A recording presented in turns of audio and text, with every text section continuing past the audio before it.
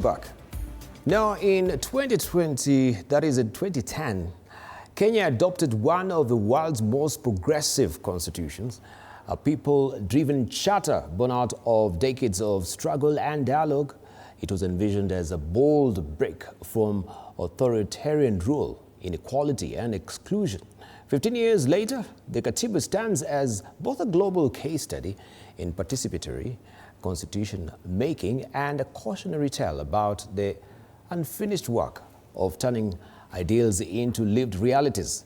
Its ambitious blueprint, anchored in devolution, rights, accountability, and inclusivity, has delivered transformative gains, but also exposed enduring gaps in governance, justice, and equity. To reflect on Katiba at 15 is to confront the tension between promise and performance, and to situate Kenya's constitutional journey with the wider global pursuit of democracy and social justice. Before we took a short break, I had introduced a panelist, and now we just want to delve deeper into this discussion today. And I'll begin with Dr. Martin Oloo, just dialing back the time machine back to 15 years. Could we say that the Constitution has lived up to its promise of transforming governance in Kenya, or has the political culture displaced, the constitutional design? Thank you for having me, Dibal, and to share with Kenyans that we celebrate today as the Katiba Day, and basically what we want to say is that we are happy to have been part of this process as it's been going around, as it's been happening. We have a constitution. 15 years down the line, that's not a short time.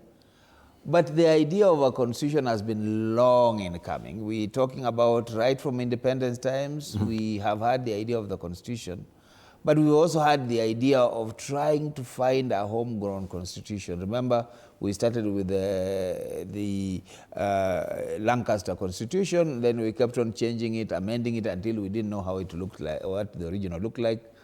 But eventually, after struggle, we said we needed something that's homegrown, and that's what we got in 2010. Has it changed the landscape? Has it changed our political culture? Has it improved our governance? I would certainly say yes. I mean, we've seen actions, we've seen movements that we had not seen in the past. For example, we've seen a judiciary that can bite, a judiciary that can state, and a judiciary that can act. We've seen that in shooting down amendments. We've seen that in annulment of the presidential elections. That's a judiciary that has been a little tougher than the previous judiciary. Have we seen an executive that is called to order? Absolutely. We have an executive that knows that people are watching, people are demanding participation. We've seen civil society move up and demonstrate. We've seen Gen Zs express themselves. There are a number of things that would not have seen the light of day in the past that we've seen on this side of 2010 after the new constitution. And therefore one can say we have seen some changes. Have we had it all good? Certainly not. Are there things that we have learned from? Absolutely. So being human beings, knowing that we have a document that we are working with, it may not be a perfect document, but the issue is that it is about us as a people. You can have a perfect document, give it to imperfect people, it becomes a problem. You can have an imperfect document, but give it to good people, and they can do something about it. So for me, I would rather work with the little that we can work with in the Constitution, rather than ask for more than what we can offer. It's about us. We are Kenyans. Let us not look for what else could be in this other than what our aspirations are.